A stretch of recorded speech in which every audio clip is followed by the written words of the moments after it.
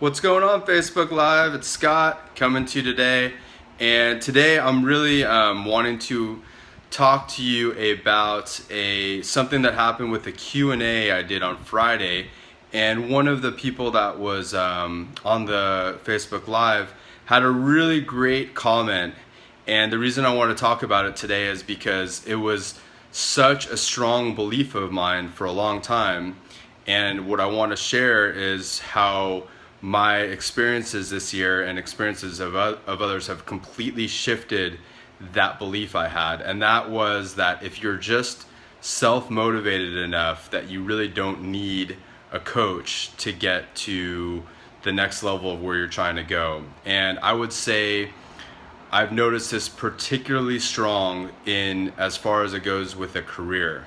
What's up, Isal?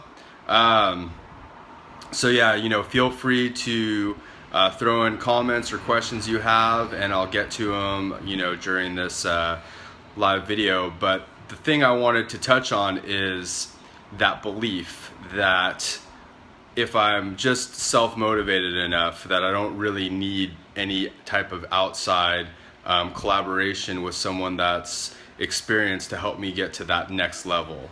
So for me, I know that I've always, since a little kid, was like I didn't really know many people that were more self-motivated than I was. I mean, I wanted to be a professional basketball player, and so starting in junior high, I was up every single morning at like 6 in the morning.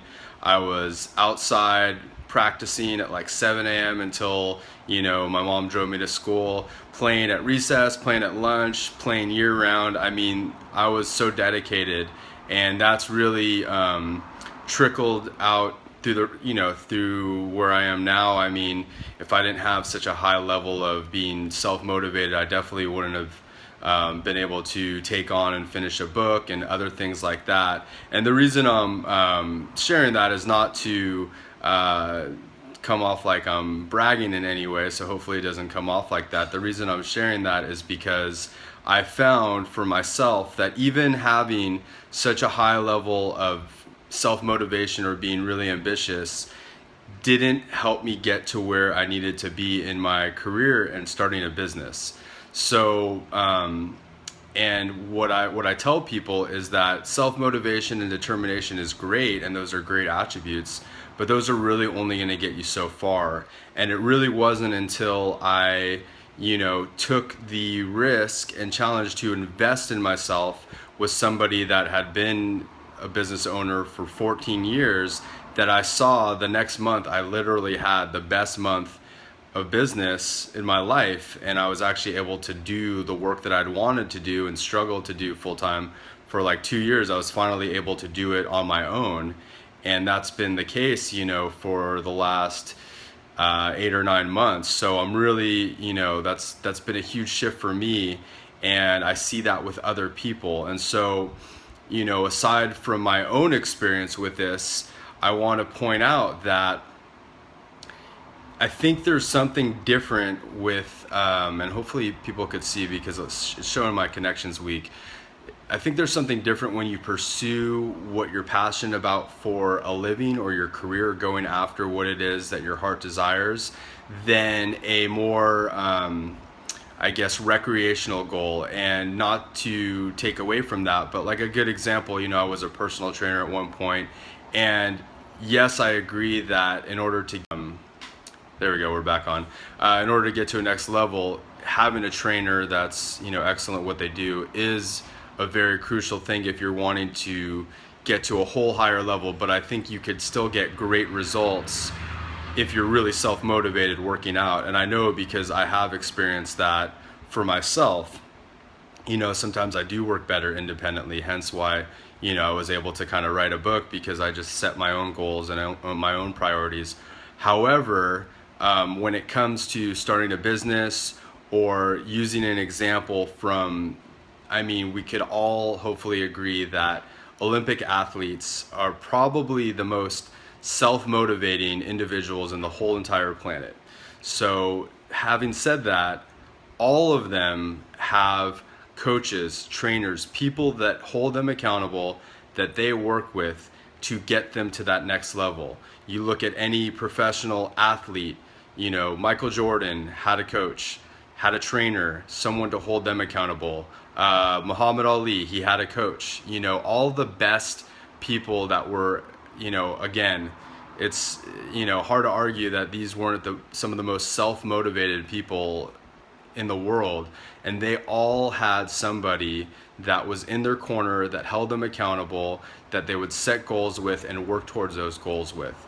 And so what I've really had to learn the hard way is, you know, like basically that I think there's a universal law in place that there's a certain component of humility and vulnerability of connecting with another human being working towards a common goal.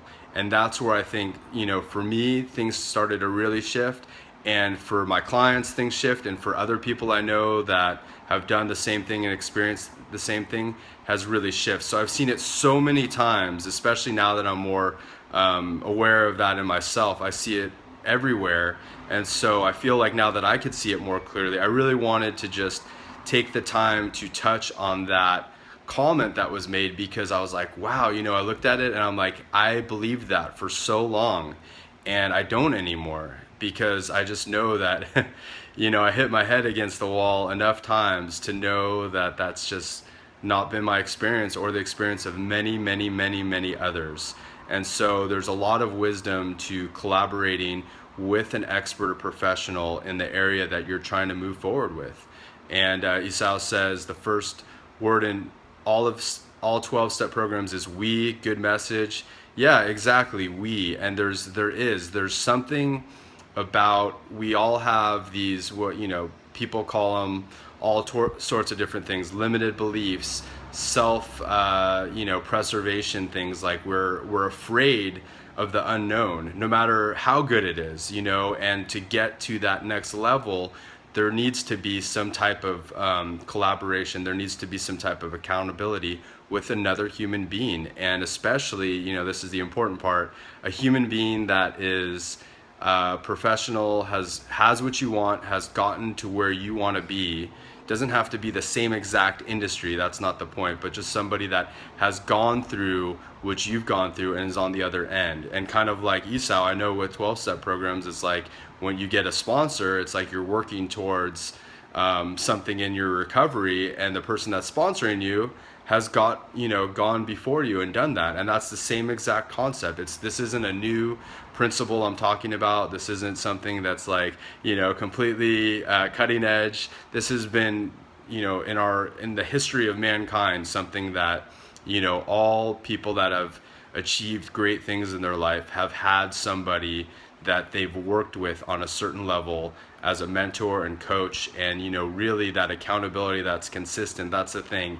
It wasn't just enough for me to talk to somebody that knew what they were talking about to really get me to that next level. Sure, it would help me for that week maybe, or maybe 2 weeks, but, you know, honestly, like, to get to that next level, I had to, and still have to, be accountable with somebody that has gone before me. So that professional, of course, I'm not saying it has to be me, but somebody that has what you want, that has done it before you, that you feel connected with. That's what I would encourage you. That's the important part. Somebody that you connect with and trust, that you feel believes in you and can get you to that next level. So I hope this message is helpful to people that are going to watch it. And until next time, we'll talk soon. Oh yeah, Friday I'll be doing a Q&A.